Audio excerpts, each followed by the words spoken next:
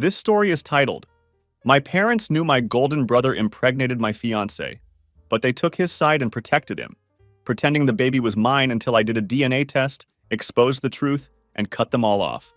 Hey Reddit, my name is Marcus, and I'm 33 years old. I'm still processing this situation months later, but I figure other guys should know what warning signs to watch for.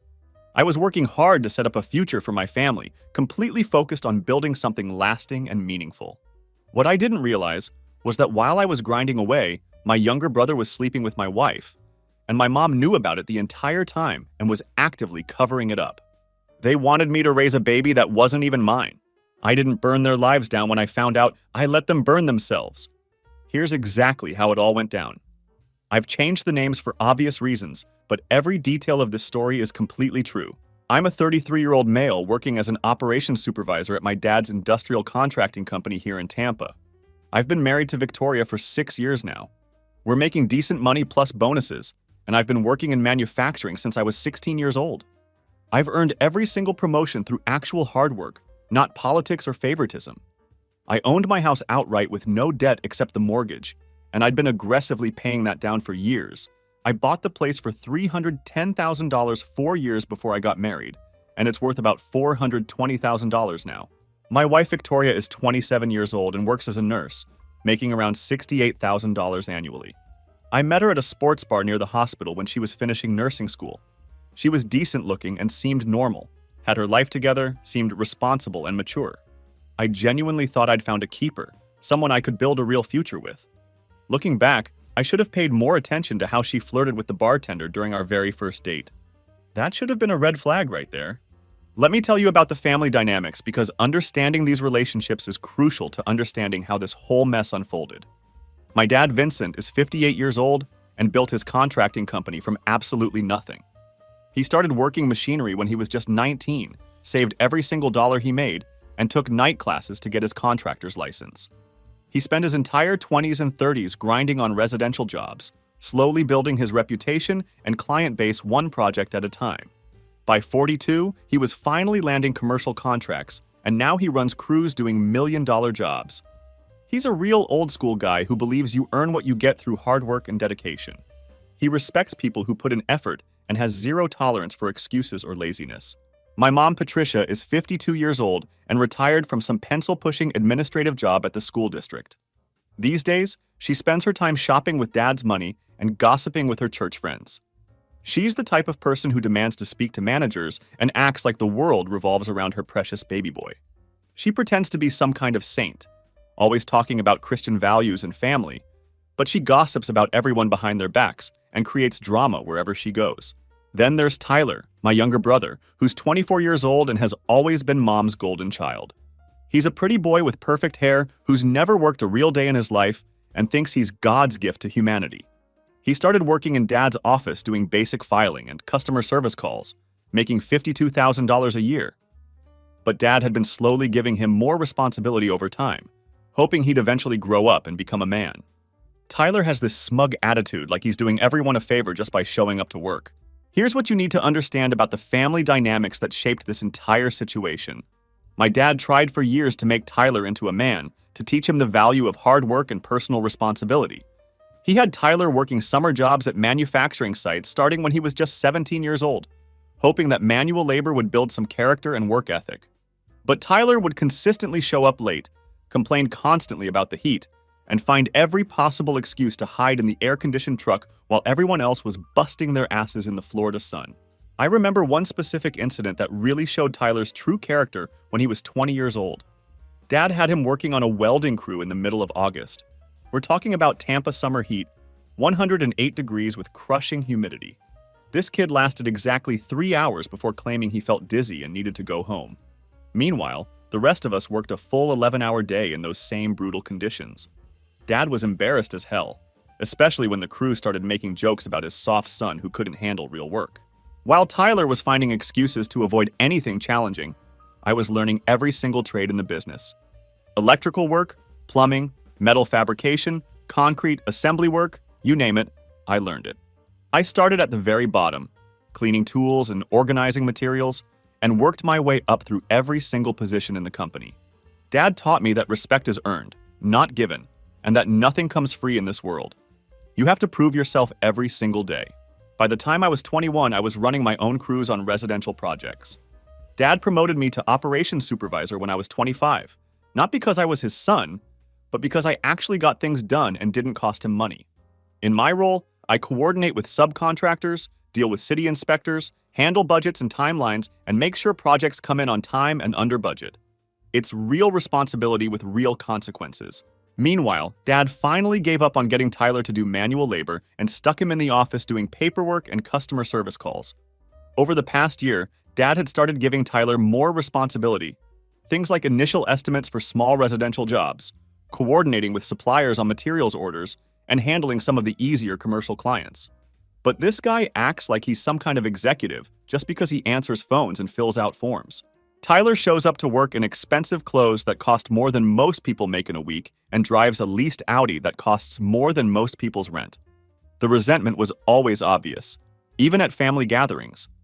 Every family dinner, Mom would praise Tyler for some completely meaningless accomplishment, like showing up to work on time for a week straight, while I had just finished overseeing a $900,000 warehouse project that came in under budget and ahead of schedule.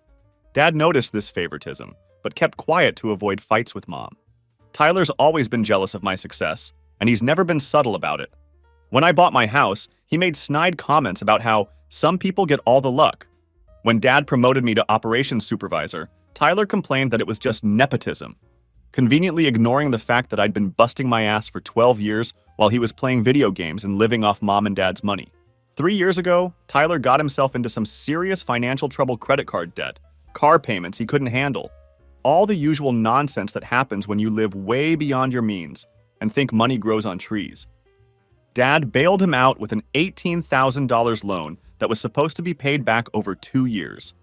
Tyler made maybe 4 payments before the excuses started rolling in, and he basically stopped paying Dad back entirely while continuing to live his expensive lifestyle. The first couple of years with Victoria were honestly solid. We had our routines down, and everything felt like it was moving in the right direction. I handled all the house maintenance and finances, while she managed our social life and did most of the cooking. We were both working hard and building something together, making real plans for our future. We talked constantly about having kids and starting a family. Victoria was actually a really good cook, and she made these amazing Wednesday dinners that reminded me of my grandmother's cooking. Those meals became something I looked forward to every week. It felt like we were creating our own family traditions. Victoria worked a standard hospital schedule of 3 12-hour shifts per week, usually Monday, Wednesday, and Friday. This gave us predictable time together and made planning our lives much easier than if she'd had some chaotic, constantly changing schedule. We'd agreed to start trying for a baby after our 4th anniversary, which was in September 2022. Victoria went off birth control that month, and we were tracking everything meticulously. We were completely committed to starting a family. This wasn't some casual decision.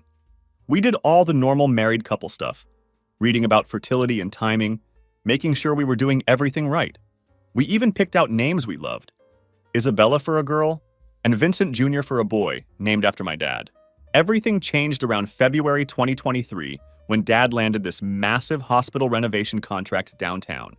This was a 7-month project worth $2.3 million, the biggest job in our company's history. It was a complete gut renovation of a 1970s hospital, bringing everything up to modern standards and current building codes.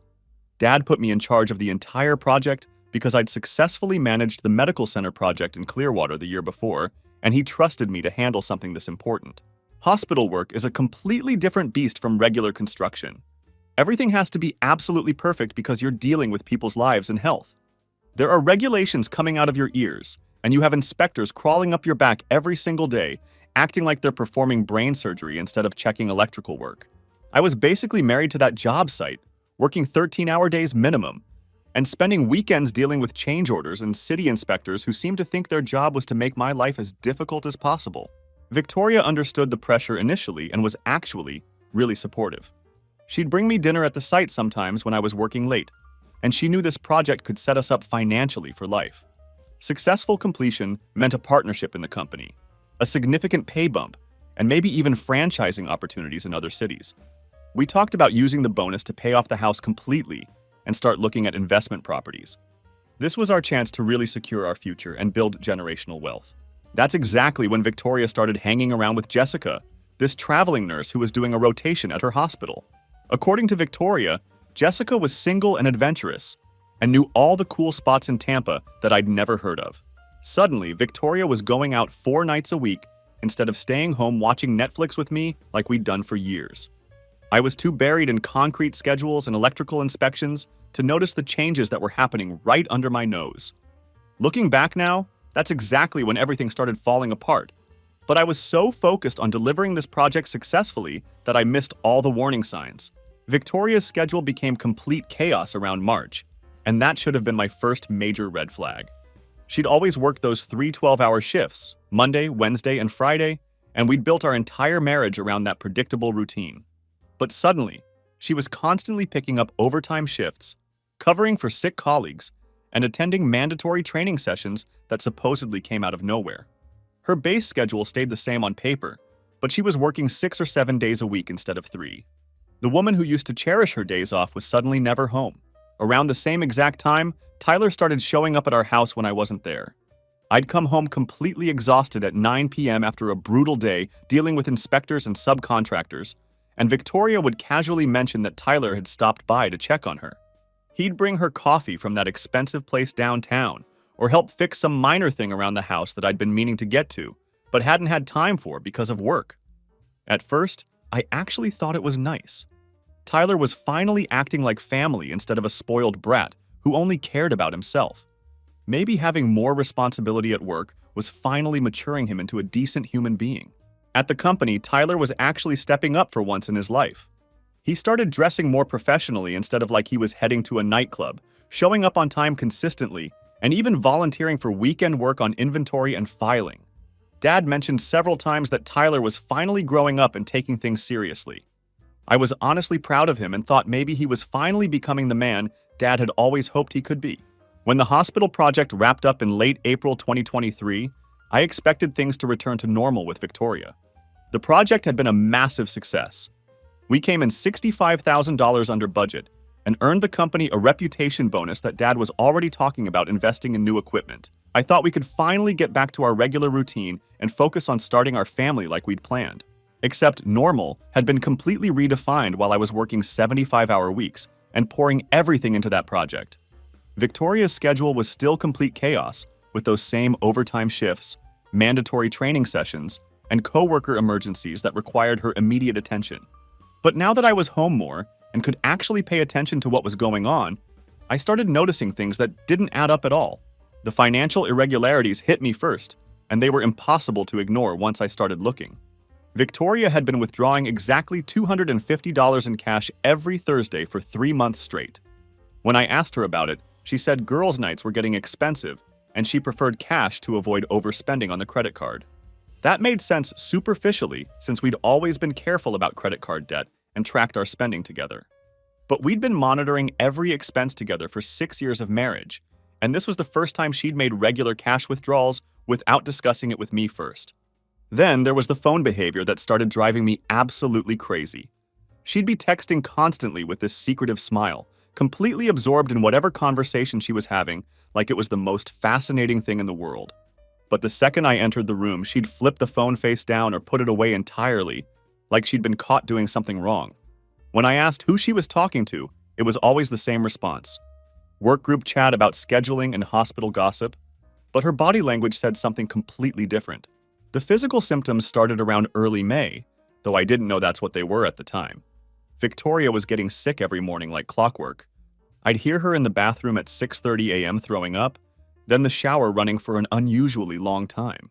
One morning I got up to check on her and found her kneeling over the toilet looking absolutely miserable. I suggested maybe she was pregnant, and I watched her face go white with what looked like pure terror. She insisted it was just a stomach bug going around the hospital and said half the nurses were dealing with the same thing. She made a doctor's appointment but specifically told me not to come because it wasn't worth me missing work for something minor. Here's the thing. I'd been tracking her cycle on my phone app since October when she went off birth control. We were actively trying to conceive, so I monitored everything carefully. Ovulation dates, cycle length, optimal timing for conception. She was 4 weeks late, which had never happened once in our entire relationship. But when I mentioned the missed period to Victoria, she got defensive and angry in a way that caught me completely off guard. She snapped at me saying, "Why are you tracking my period like some creepy stalker? I can handle my own body, Marcus. Stop micromanaging everything in my life." That reaction was way out of proportion to what should have been a normal conversation between married couples who were actively trying to get pregnant. We'd been discussing cycles and timing for months without any issues whatsoever. So her sudden hostility made absolutely no sense. Mom's behavior shifted around the same exact time, which should have been another massive red flag that I completely missed.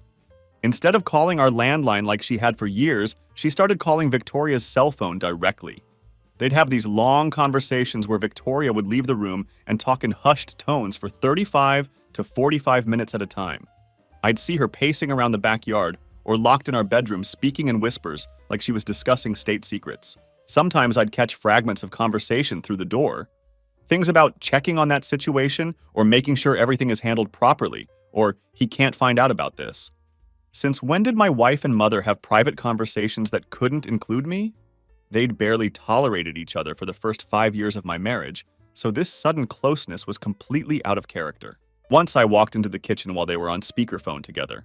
Mom immediately said, "Oh, Marcus is home. We'll continue this later," and hung up. The tone was exactly like they'd been caught planning some kind of surprise party. Except my birthday wasn't for 7 months and there were no holidays coming up. Victoria's work stories stopped making sense when I started paying close attention to the details. She'd come home claiming to have worked a double shift, but she'd be completely energetic instead of exhausted, like she usually was after those brutal 16-hour days. Or she'd say she'd been in surgery assisting with a trauma case, but there'd be no blood or antiseptic smell on her scrubs, like there usually was after intense procedures. These little inconsistencies started adding up in ways that made my stomach turn. The breaking point came on a Monday in mid-May, when my truck wouldn't start. I had to catch a ride home with Rodriguez, one of my foremen, and ended up leaving work early around 3 p.m. instead of my usual 8 p.m. I walked through the front door and heard voices in the living room. Victoria laughing in a way I hadn't heard in months, completely relaxed and happy, like she didn't have a care in the world. Tyler was sitting on my couch next to my wife, closer than any brother-in-law should ever be. They weren't quite touching, but they were in that intimate space that couples occupy when they're completely comfortable with each other. When I appeared in the doorway, they both jumped apart like they'd been caught with their hands in the cookie jar. Victoria actually asked, "What are you doing here?" Like I was some kind of intruder in my own house. Tyler spilled his coffee, jumping up from the couch, and made some bullshit excuse about being in the neighborhood and wanting to check on Victoria since I'd been working so much lately. The whole interaction felt wrong. Way too much nervous energy for what should have been a normal family visit. Tyler said, "Just wanted to make sure she's okay, you know. You've been so busy with work lately, thought she might need some company." Tyler's smile was too forced, and Victoria kept fidgeting with her hair and wouldn't make eye contact with me. She said, "Tyler brought me coffee from that place downtown. Wasn't that sweet?" But her voice had this guilty tone, like a teenager who'd been caught sneaking out. That night, I couldn't sleep at all. Every instinct I had was screaming that something was very wrong. The changed schedules, secret phone calls, pregnancy symptoms, Tyler's sudden interest in being a caring brother-in-law. There were too many anomalies to ignore. I started going through interactions from the past few months in my head, realizing how many things hadn't added up that I dismissed because I was so focused on work. I decided it was time to do some serious digging the next day. I started with company records since Tyler had access to job sites and vehicles through our fleet management system. I decided to check the GPS logs on his work truck for the past 4 months, cross-referencing locations and timestamps with his official work assignments. What I found made my blood run cold. There were dozens of stops at locations that had absolutely nothing to do with any work assignments Tyler was supposed to be handling. His truck had been in my neighborhood during work hours when I was supposed to be the only family member home. There were visits to a hotel in Clearwater, restaurants in parts of town where we had no active projects, and other locations that made no sense for someone who was supposed to be doing office work and customer service calls. I cross-referenced those dates and times with Victoria's claimed work schedule using the calendar app we shared for coordinating our lives. The pattern became obvious fast, and it made me sick to my stomach. Every single time Tyler's truck was in my area, or at one of these suspicious locations, Victoria had supposedly picked up an extra shift or was dealing with some workplace emergency that required her immediate attention. The correlation was too perfect to be coincidence. This was clearly coordinated. Next, I checked our joint bank account more carefully, going back 5 months instead of just looking at recent transactions like I normally did. The cash withdrawals weren't random like Victoria had claimed. They happened every Thursday like clockwork, always exactly $250. But I also found charges at restaurants and hotels in Clearwater on days when Victoria claimed to be working doubles at the hospital. There was a $195 charge at Morton's Steakhouse on a Tuesday when she was supposedly working a 13-hour shift. A $240 charge at the Ritz-Carlton for afternoon tea on a Wednesday when she claimed to be in mandatory training. A $110 charge at some boutique hotel restaurant for brunch on a Saturday when she said she was covering for a sick colleague. These weren't small expenses. These were the kind of charges you make when you're trying to impress someone, and money is no object. I started keeping a detailed log, documenting every single discrepancy between her claimed schedule and our financial records. The pattern was undeniable once I laid it all out on paper. Victoria was lying about where she was and what she was doing, and she was spending significant money doing it. The next step was calling the hospital directly. I waited until Victoria was at what she claimed was another mandatory safety training session, then called pretending to be trying to reach her for a family emergency. The nurse at the front desk said she wasn't scheduled that day and hadn't been in for 4 days. This was a Tuesday when Victoria had supposedly worked a 13-hour shift the night before and was planning to work another one that evening. That's when I knew I had to check her email, even though it meant crossing every line of privacy we'd established in our marriage. Wednesday afternoon, Victoria was at what she claimed was a mandatory safety training session about new equipment. I stayed home with a fake stomach bug, telling her I felt too sick to go to work. I sat at our home computer with my heart pounding and my hands actually shaking, knowing that what I might find could destroy everything I thought I knew about my life. I opened her email account using the password we'd always shared, T Medina 2020, from our last anniversary trip to Key West. Right at the top of her inbox was a conversation thread between Victoria and my mother with the subject line, "Making sure Marcus doesn't find out." My hands started trembling just seeing those words. What the hell were they hiding from me? I clicked on the thread and found 4 months of detailed emails discussing Victoria's affair with Tyler. The early messages from March were tentative, with Mom asking if Victoria was sure about this and warning her to be careful, suggesting maybe it was just a phase that would pass. But they got bolder and more detailed quickly, and reading them made me physically sick. My own mother was giving step-by-step instructions on how to lie to me.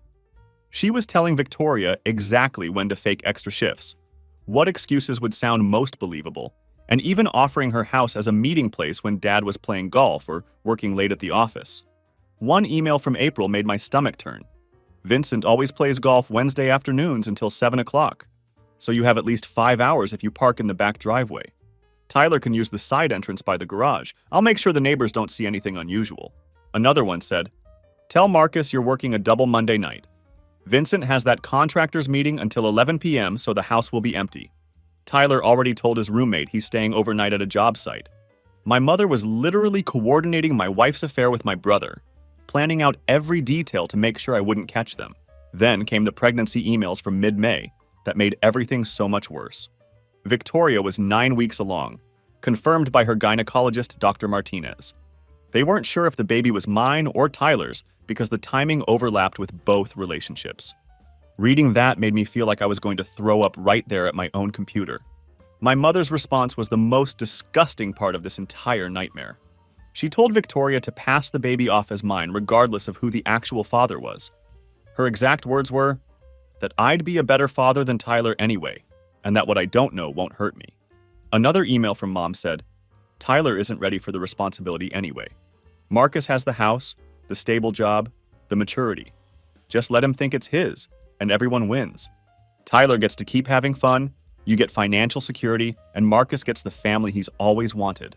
Victoria's response was equally sickening. But what if Marcus finds out later? What if the baby looks like Tyler? My mother's reply showed just how calculated and evil this whole thing was. We'll deal with that if it happens. For now, just focus on making Marcus think everything is normal. Keep having sex with him regularly so the timing makes sense. I sat there for 3 hours reading every single email, getting sicker and more furious with each message. These people had been planning to destroy my life for months, and they thought they were smart enough to get away with it. I took screenshots of everything, saved copies to a USB drive, and printed out the most damaging ones. My hands were shaking, but my mind felt strangely clear and focused. I knew exactly what I had to do. I called Dad immediately. "Dad, I need to see you at the office right now. Emergency family situation. Can't discuss it over the phone." 25 minutes later, I was sitting in his office showing him everything: the emails, the GPS logs, the bank records, the whole sordid story. I told him about Victoria, Tyler, the pregnancy, and Mom's involvement in orchestrating and covering up this entire betrayal. There was a long silence while Dad processed what I was telling him. When he finally spoke, his voice was deadly calm in a way that actually scared me. "Son, this is war now. Meet me at David's office in 3 hours. Don't say anything to anyone until we figure this out legally." Dad and I sat in David Chen's law office going through all my evidence like we were preparing for the trial of the century. David handles all the company's legal work, but he also has a reputation for being absolutely ruthless in divorce court. Dad had called ahead and explained the situation, so David had already cleared his entire afternoon to deal with this crisis. David reviewed everything methodically: the emails, bank records, GPS logs, restaurant receipts, and hospital scheduling discrepancies. His assessment was immediate and brutal. "The house is yours. Separate property purchased before marriage. With this level of documentation, we can move fast and protect everything you've worked for." His instructions were specific and immediate. I needed to secure all finances today, protect my assets, and document everything, but I couldn't confront anyone until the legal framework was completely in place. We had to be strategic about this, not emotional. First stop was the bank. I moved $98,000 from our joint account to my personal account, leaving exactly $6,000 so it wouldn't look like I was trying to hide assets. I also verified that my premarital investments, about $155,000 in retirement accounts and stocks, were properly documented as separate property that Victoria had no legal claim to.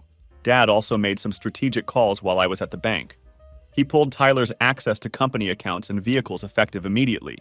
He told Linda, the office manager, that Tyler was being reassigned to a different role and wouldn't need his company credit card, truck, or building access anymore. Tyler would find out Tuesday morning when his key card didn't work and his truck wouldn't start.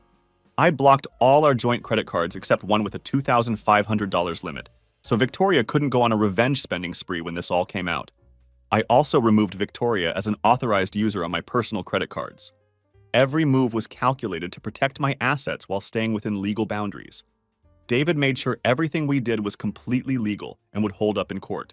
That evening, Victoria's phone buzzed with a text from Tyler while she was in the shower. I'd been watching for exactly this kind of opportunity, and when I saw her phone light up on the nightstand, I grabbed it immediately. The message said, "Can't wait for tomorrow at Mom's. Dad's working late, so we'll have the place to ourselves again. Bring that thing you bought yesterday." Fresh evidence that the affair was ongoing and escalating. I took a screenshot of the message and sent it to David immediately.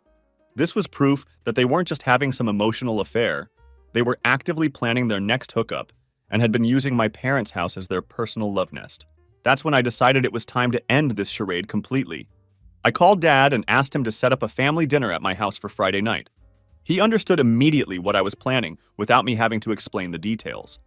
He called Mom and Tyler separately, telling them it was a mandatory family dinner at Marcus's house. He said I had a big announcement and wanted the whole family there. He made it sound like good news, maybe a promotion or Victoria being pregnant or us buying a bigger house. I told Victoria about the dinner Wednesday night and watched her immediately tense up when I mentioned that Tyler would be there. She started asking nervous questions about what kind of announcement I was planning, why I was suddenly hosting family dinners when I usually avoided them, and whether she should cook something special. Her anxiety was written all over her face.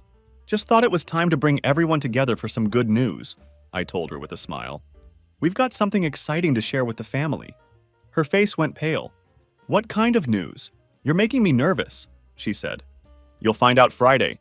Don't worry about cooking, I'll handle everything." I could see the panic in her eyes, but she couldn't ask too many questions without seeming suspicious.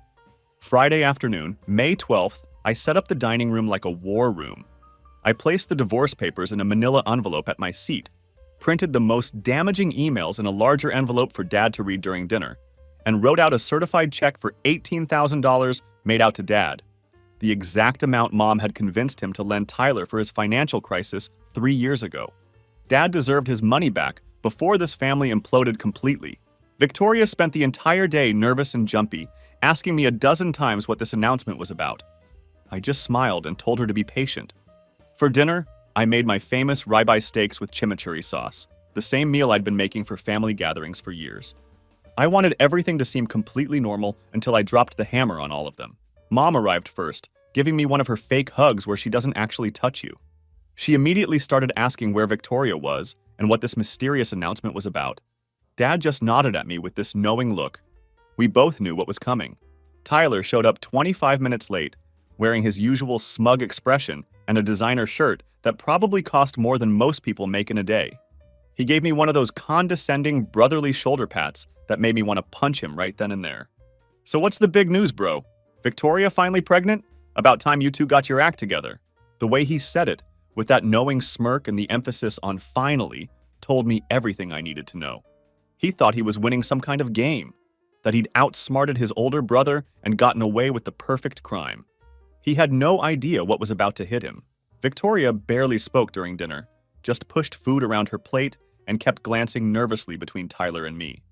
Mom kept trying to make small talk about the weather and her church friends, but you could feel the tension in the room, like electricity before a storm. After dinner, Dad raised his beer with a warm smile.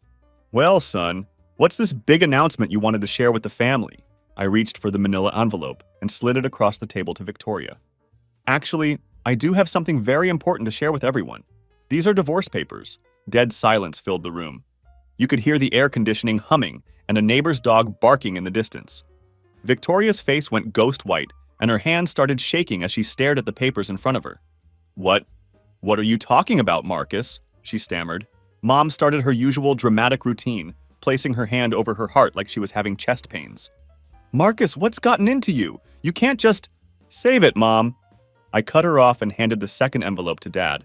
4 months of emails between Mom and Victoria, planning Victoria's affair with Tyler. Mom's been covering the whole thing, using your golf schedule to coordinate their hookups at your house. Dad opened the envelope and started reading, even though he already knew what was inside. But seeing her actual words, reading how she'd betrayed our family, you could see his blood boiling with each page he turned.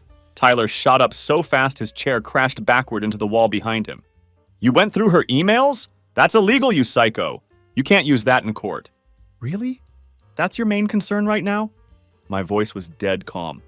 "Not that you've been screwing my wife for 4 months?" Victoria's hands flew to her mouth. "Marcus, please, just listen to me." "Shut up, Victoria." I didn't even look at her. "Dad, read the part where Mom suggests using your golf schedule to plan their hookups." Mom lunged across the table for the papers, but Dad yanked them away from her reach. "Patricia, what the hell is this?" Dad's voice boomed through the house so loud I thought the windows might rattle. "Vincent, let me explain." "Explain what?" Dad was on his feet now, towering over everyone in the room. "How you helped destroy our family. How you turned my own son against his brother. How you've been lying to my face for months." Mom's carefully maintained composure cracked completely. She started pointing at Victoria like this was all her fault. "She came to me. She seduced Tyler. I was just trying to minimize the damage to the family." Tyler actually had the balls to smirk and shrug his shoulders. "Come on, everyone needs to calm down. Marcus, you work 75 hours a week. Victoria needed attention and affection. I was there for her when you weren't. That's when I completely lost it. I walked around the table and punched him in the face with everything I had. I felt his nose cartilage crunch under my knuckles, and blood exploded across his designer shirt. He went down hard and took the china cabinet with him, sending dishes crashing to the floor. Mom shrieked like someone was murdering her precious baby boy. "Vincent, do something!" Dad stood up slowly, all 6, 4 inches, and 225 pounds of him towering over everyone in the room. "Get him outside, now!" Tyler was on the floor, blood streaming down his face and onto my hardwood floors. "Dad, you can't just— I can do whatever I want. You're fired. You're cut off financially. As far as I'm concerned, you're dead to me." "Vincent, he's your son!" Mom was hyperventilating. "Marcus is my son. Tyler proved tonight that blood doesn't mean shit when you betray family." I handed Dad the check. "Your money back from Tyler's last loan. He won't be paying you back now." Dad looked at the check, then at Tyler bleeding on my floor. then at Mom, who was still trying to help Tyler sit up. His eyes were cold as winter. "Patricia, get your coat. We're leaving right now. You and I have some very serious shit to discuss at home." Victoria was sobbing hysterically. "Marcus, the baby might be yours. Then we'll get a paternity test. Either way, we're done. You're done. This marriage is over." After they left, Victoria and I sat in silence, surrounded by the wreckage. There was a broken chair, blood drops on my hardwood floor, divorce papers scattered across the table, and broken dishes everywhere. The dining room looked like a war zone. "What happens now?" she finally asked in a whisper. "Now you pack whatever you can and get the hell out of my house. This place is mine. You have until tomorrow morning to figure out where you're going, but it won't be here." She nodded and went upstairs to pack. I sat alone at the dining table, feeling strangely peaceful for the first time in months. The truth was finally out, and everyone's masks had come off. For the first time since this nightmare began, I knew exactly where I stood and what I needed to do next. The divorce moved fast with all my evidence backing me up. Victoria tried to claim spousal support, but David shot that down immediately. Given the adultery documentation and her nursing income, she had no legal ground to stand on. Florida is a no-fault state, but adultery still matters when it comes to asset division and support calculations. She got her personal belongings, her Honda Civic, and absolutely nothing else from our 6 years of marriage. The paternity test confirmed what I already knew in my gut. The baby wasn't mine. That revelation was both devastating and liberating. Devastating because it meant the family I'd been planning and dreaming about was never real, but liberating because it meant I could walk away completely clean with no ongoing obligations to these people who had betrayed me so thoroughly. Victoria moved in with Jessica, that traveling nurse who'd apparently been enabling the whole affair by covering for Victoria's fake work shifts and providing alibis. I heard through mutual friends that Jessica got sick of supporting Victoria and her pregnancy drama after about 7 weeks. Apparently, Victoria was impossible to live with, constantly crying, demanding attention, and expecting Jessica to pay for everything while she dealt with her self-created mess. Dad followed through on every single threat he'd made that night. Tyler was permanently fired from the company and banned from all job sites. But Dad didn't stop there. He also called around to other contractors in the Tampa area, and word travels fast in the construction business. Tyler became basically unemployable in the only industry he'd ever worked in, which wasn't much of a loss since he'd never been good at it anyway. Even better, Dad cut Tyler off financially in every possible way. No more Audi lease payments, no more credit cards, no more cash handouts when he got in trouble. For the first time in his entitled life, Tyler had to face real consequences with no safety net to catch him. 4 weeks after the confrontation, Tyler got arrested for driving on a suspended license with an expired registration. Turns out he'd been driving without insurance for months because he couldn't afford the payments anymore. He spent 3 nights in county jail before calling Dad to bail him out, but Dad refused. Let him figure it out himself. Maybe jail will teach him what 24 years of coddling couldn't. Victoria tried reaching out to me multiple times through text messages, emails, and even showed up at my work once demanding to talk. She wanted to work things through and get past our issues. I blocked her number after she sent a long email claiming the affair was really my fault for working too much and neglecting her emotional needs. Classic cheater logic. Somehow it's always the betrayed person's fault for not being perfect enough to prevent being betrayed. But the biggest justice came from Dad's response to Mom's betrayal. He didn't just get angry. He got strategic and methodical, just like he approached everything else in his life. Turns out Dad had been suspicious of Mom's spending and attitude for months before this all came out. After learning the truth about her role in orchestrating the affair, he had David audit all their finances going back 3 years. Dad found that Mom had been secretly funding Tyler's lifestyle to the tune of about $3,500 a month for over a year. There were credit cards Dad didn't know about, cash withdrawals from accounts she wasn't supposed to access, and even a second mortgage on their house that she'd somehow managed to get approved without Dad's knowledge. She'd been stealing from the family business to support Tyler's expensive habits, while Dad was working 60-hour weeks to build something for the family. Dad filed for divorce 7 weeks after my dinner party. At 58 years old, he was completely done enabling Mom's entitled behavior and Tyler's failures. He'd spent decades trying to make their marriage work, but discovering that she'd actively helped destroy mine was the final straw. Mom lost her shit when she realized Dad was serious about cutting her off and wasn't going to forgive and forget like he had so many times before. The divorce was absolutely brutal. Dad kept the construction company, the main house, and most of their assets. Mom had to get a job for the first time in 16 years and ended up working retail at Target, making $13 an hour, dealing with customers who treated her the same way she treated service workers her whole life. Tyler moved in with her in a shitty 2-bedroom apartment across town. He tried crawling back to Dad multiple times, always claiming he wanted to apologize and ask for his job back. Dad's response never changed. You made your choice when you betrayed your brother. Live with the consequences like a man for once in your life. Last I heard, Tyler was working overnight shifts at Home Depot, making barely above minimum wage unloading trucks and stocking shelves. The guy who used to drive a leased Audi and think manual labor was beneath him was now doing the exact kind of work he'd spent years avoiding. The irony was absolutely perfect. Victoria gave birth to a daughter and is struggling as a single mom living in a 1-bedroom apartment. She's working extra shifts to pay for daycare, and from what I understand through mutual acquaintances, she's barely making ends meet. The comfortable life she threw away for a few months of excitement with Tyler is long gone, and reality has hit her hard. A few months ago, Mom and Tyler showed up at my house unannounced with the most audacious request I've ever heard in my life. They wanted me to take responsibility for Victoria's daughter, give her my last name, pay child support, and help with expenses. But that wasn't even the most ridiculous part. They also wanted me to pay Tyler's legal fees so he could get back on his feet and supposedly become a better person. Their logic was that family is family, that past mistakes should be forgiven for the child's sake, and that I was the only one with stable income to handle the responsibility. The sheer balls it took to make that request still amazes me. Here's Mom, standing on my doorstep. Marcus, be the bigger man here. That little girl needs a father figure, and you're the only one who can provide stability. I told them both to get the hell off my property and never come back. I said I wouldn't pay a penny for their mistakes or take any responsibility for the consequences of their choices. They destroyed our family with their lies and betrayal, and I wasn't about to let them destroy my future too by saddling me with obligations that weren't mine. I called the cops and had them both trespassed from my property.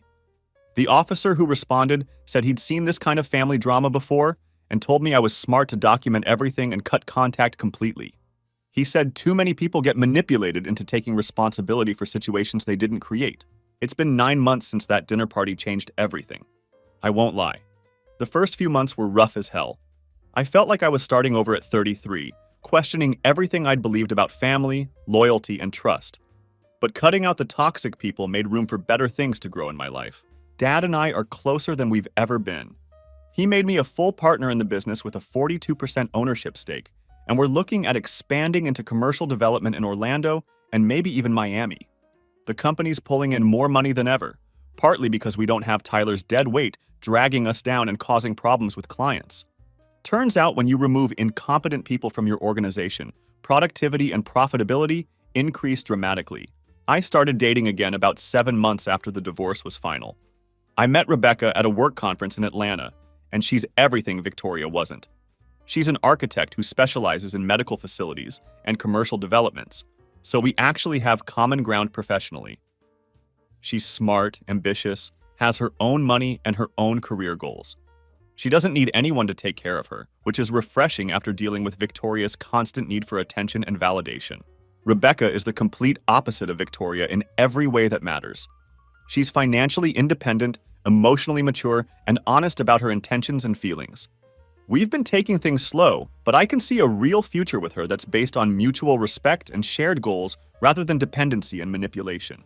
I still get updates about Tyler and Victoria through mutual acquaintances in the construction and medical communities. Tyler's apparently had 5 different jobs in 9 months because he still thinks he's above manual work and entitled to respect he hasn't earned. He keeps getting fired for showing up late, complaining about working conditions, and having a bad attitude with supervisors. Victoria posted on social media asking for donations to help with baby expenses, but she got dragged in the comments by people who knew the whole story. Apparently, word got around about what she'd done, and the nursing community in Tampa isn't very forgiving of people who destroy families and manipulate situations for personal gain. Mom tried reaching out through Dad a few times, wanting to reconcile for the family's sake, and asking when this punishment was going to end. She still doesn't understand that this isn't punishment. These are simply the natural consequences of her choices. Dad shuts her down every time, telling her she made her choice when she helped destroy her son's marriage, and now she gets to live with those consequences just like everyone else. The lesson here isn't complicated, but it took me 33 years and a destroyed marriage to learn it properly. When people show you who they really are, believe them the first time. Don't make excuses for them. Don't rationalize their behavior, and don't give them endless second chances to prove they're better than their actions suggest. Family isn't about blood. It's about loyalty, respect, and having each other's backs when things get tough. Tyler and Mom failed that test spectacularly when they chose to prioritize their own selfish desires over family bonds and basic human decency. Dad and I passed it by standing together when the truth came out and refusing to enable toxic behavior just because it came from family members. Sometimes the best revenge is just living well, while the people who screwed you over face the natural consequences of their choices. I didn't have to plot elaborate schemes or spend years trying to get back at them. Tyler, Victoria, and Mom are all paying the price for their decisions every single day, and that's enough justice for me. Tyler went from thinking he was some kind of executive to working overnight shifts at a big box store. Victoria went from having a stable marriage and financial security to struggling as a single mom in a one-bedroom apartment. Mom went from living off Dad's success to working retail and dealing with the same customers she used to look down on. They created their own hell, and I didn't have to lift a finger to make it happen. I'm not saying I don't think about it sometimes or that it doesn't still hurt when I remember how completely they betrayed my trust. But I've learned that holding on to anger and resentment only hurts you. It doesn't change what happened. And it doesn't make the people who wronged you suffer any more than they already are from their own poor choices. The most important thing I've learned is that you can't control other people's actions, but you can control how you respond to them. I could have spent years trying to get revenge, or I could have let them manipulate me into taking responsibility for their mistakes. Instead, I documented everything, protected my assets, cut them out of my life completely, and focused on building something better with the people who actually deserved my time and energy. My relationship with Dad is stronger than it's ever been because we went through this crisis together and came out the other side with a deeper understanding of what really matters. Our business is thriving because we're both focused on the same goals and don't have to deal with dead weight anymore. My relationship with Rebecca is built on honesty and mutual respect because I learned what red flags to watch for and what kind of person I actually want in my life. If there are any guys out there reading this who recognize some of these warning signs in their own relationships, don't ignore them. Trust your instincts, document everything, and don't be afraid to investigate when things don't add up. The temporary discomfort of facing the truth is always better than living a lie that will eventually destroy you anyway. And if you discover that people you trusted have betrayed you, remember that their actions say everything about their character and nothing about your worth. Cut them out, protect yourself legally and financially, and focus on building something better with people who actually deserve to be in your life. The people who matter will stick around when things get tough. The people who don't matter will show you exactly who they are when they think they can get away with it. Believe them, and move on accordingly.